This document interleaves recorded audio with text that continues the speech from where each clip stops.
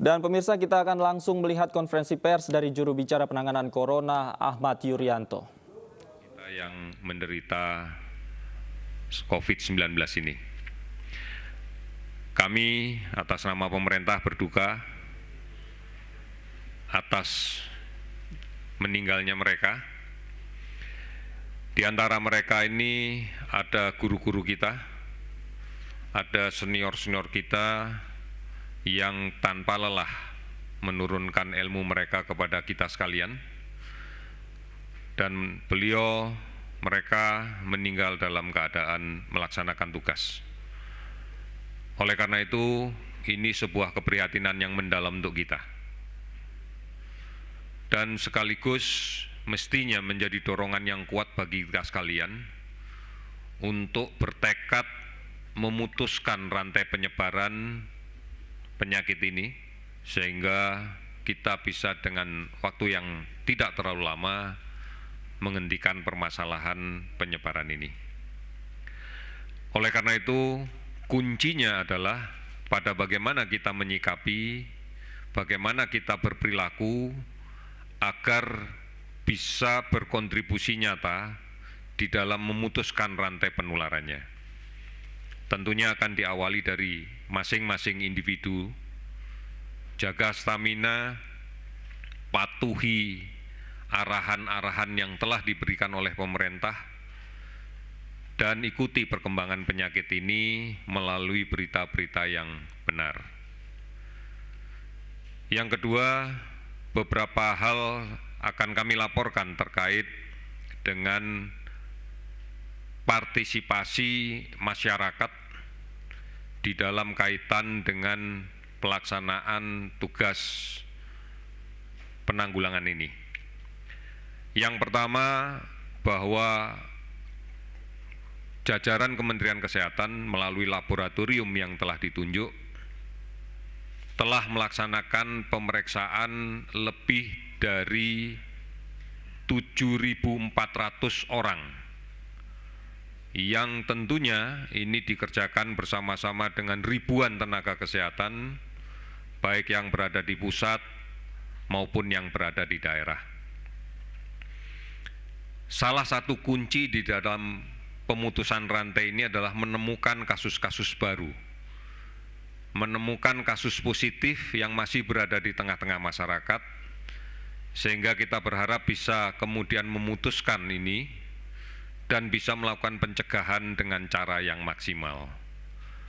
Oleh karena itu, maka kita akan memperbanyak lagi fasilitas penguji untuk pemeriksaan COVID-19 ini.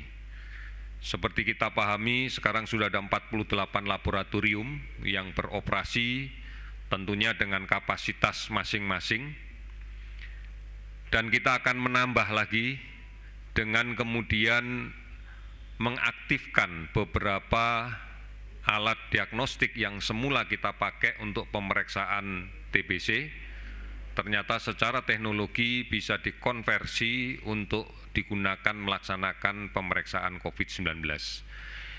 Ini cukup banyak jumlahnya dan tersebar di seluruh wilayah tanah air. Namun masih diperlukan beberapa konversi dari mesin dan kemudian beberapa setting. Kita akan bekerja keras untuk mengejar ini semuanya. Sampai dengan saat ini sudah lebih dari 300.000 APD yang kita distribusikan ke seluruh wilayah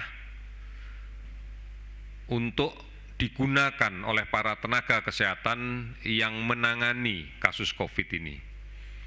Ini menjadi bagian yang penting karena kita tahu hanya dengan alat perlindungan diri yang benar, yang terstandar, maka tenaga kesehatan bisa melaksanakan kegiatannya dengan baik. Beberapa yang sudah kita distribusikan diantaranya adalah bahwa di Provinsi DKI, untuk seluruh jajaran rumah sakit yang memberikan layanan di Provinsi DKI, telah kita kirimkan dan telah diterima tambahan lagi sebanyak 85.000 unit APD.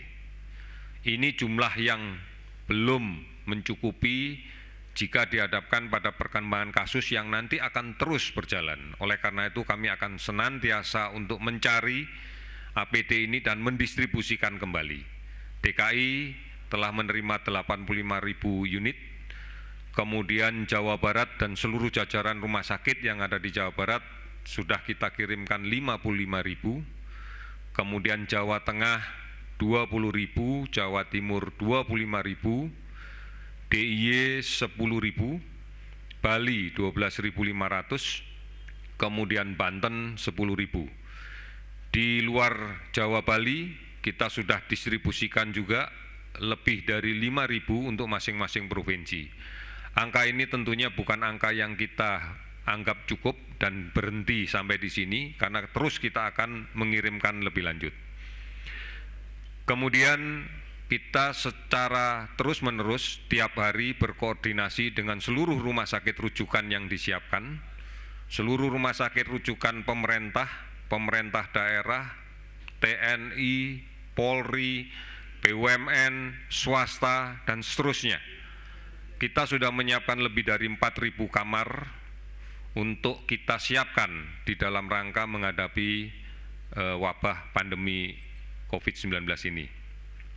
Rumah sakit darurat juga sudah dibangun dan sudah dioperasionalkan, diantaranya Wisma Atlet yang kita siapkan dengan kapasitas sekitar 3.000 tempat tidur. Namun hari ini masih dilaporkan hampir 500 yang terpakai.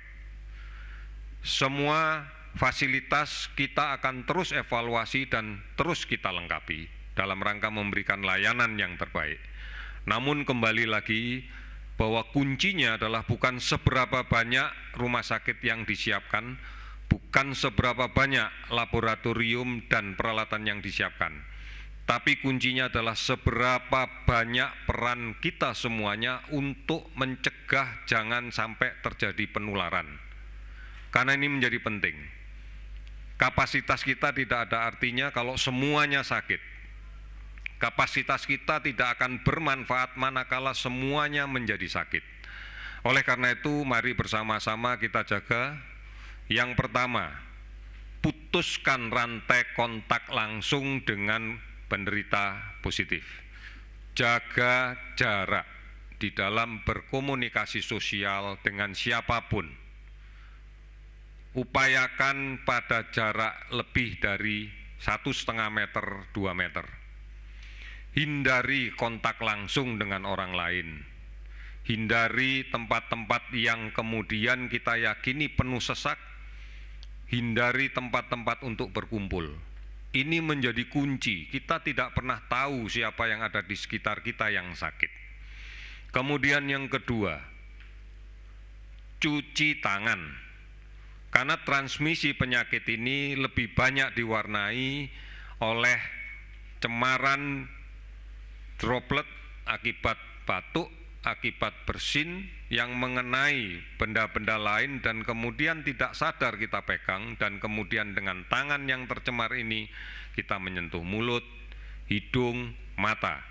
Ini menjadi penting. Oleh karena itu cuci tangan dengan sabun dan air yang mengalir.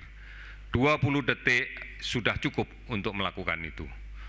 Kemudian produktif di rumah, artinya lebih baik di rumah. Kita jangan mempertaruhkan apapun untuk mencoba-coba keluar rumah tanpa ada kepentingan yang mendesak. Lindungi keluarga kita bersama, ini menjadi lebih penting. Kita tahu banyak yang bisa kita lakukan di rumah bersama keluarga. Oleh karena itu, kesempatan ini perlu saya ingatkan. Pada musim pancaroba di bulan-bulan April, Mei, secara statistik data kita masih sering menunjukkan peningkatan kasus demam berdarah. Oleh karena itu, jangan sampai ini memperburuk kondisi pandemi COVID. Lakukan pembersihan sarang nyamuk di rumah. Waktu kita cukup banyak berada di rumah. Oleh karena itu, saudara-saudara sekalian, ikuti terus perkembangan penyakit ini. Silahkan melihat di covid19.go.id, call center 119 117 atau hubungi Halo Kemkes di 1500567 dan juga di banyak sekali aplikasi online yang bisa kita baca bersama. Sekali lagi, ini cara yang terbaik kalau kita akan memutuskan rantai penularan. Berikutnya akan saya sampaikan update data dari layanan rawatan rumah sakit untuk penderita COVID-19 yang sudah terkonfirmasi positif melalui pemeriksaan laboratorium. Pada hari ini bertambah 196 orang, sehingga jumlah positif menjadi 1.986. Jumlah kasus yang sembuh meningkat 22 orang, sehingga total menjadi 134 orang. Kemudian yang meninggal bertambah 11 orang menjadi 181 orang. Saudara-saudara sekalian, sekali lagi gambaran-gambaran ini menunjukkan bahwa proses penularan masih berlangsung di luar. Oleh karena itu, pertimbangkan kembali kalau akan bepergian kemanapun. Tempat yang paling aman saat ini adalah berada di rumah bersama keluarga. Ini menjadi penting. Oleh karena itu, pertimbangkan baik-baik. Saya menyarankan tidak usah bepergian. Apalagi dalam situasi yang kita lihat secara data dari hari ke hari, kasus ini semakin bertambah panjang. Mari kita lindungi orang tua, kita lindungi orang dengan penyakit kronis, karena merekalah yang paling rentan manakala terinfeksi COVID-19 ini. Oleh karena itu, kita jaga mereka, kita jaga anak-anak kita awasi agar tidak tertular penyakit ini. Kemudian saudara-saudara kita yang terpaksa harus sakit, mari kita jaga agar bisa melaksanakan perawatan sakitnya dengan maksimal, bisa melaksanakan isolasi diri dengan baik, agar tidak menular ke orang yang lain. Sekali lagi, jaga jarak dalam berinteraksi secara sosial. Cuci tangan, pakai sabun dan air yang mengalir. Yakinlah lebih aman berada di rumah. Sebaiknya tidak bepergian, karena ini akan menyebarkan atau kemungkinan terpapar oleh penyakit menjadi lebih besar. Saya yakin bahwa kita semua mampu untuk menjadi pahlawan di dalam kaitan dengan pengendalian penyakit ini. Kita jadi pahlawan yang bisa melindungi orang lain, bisa melindungi keluarga kita, bisa melindungi anak-anak kita, bisa melindungi semua masyarakat yang ada di sekitar kita. Dan kita yakin kita bisa melindungi bangsa ini. Semua berawal dari kita. Indonesia pasti bisa. Terima kasih. Selamat sore.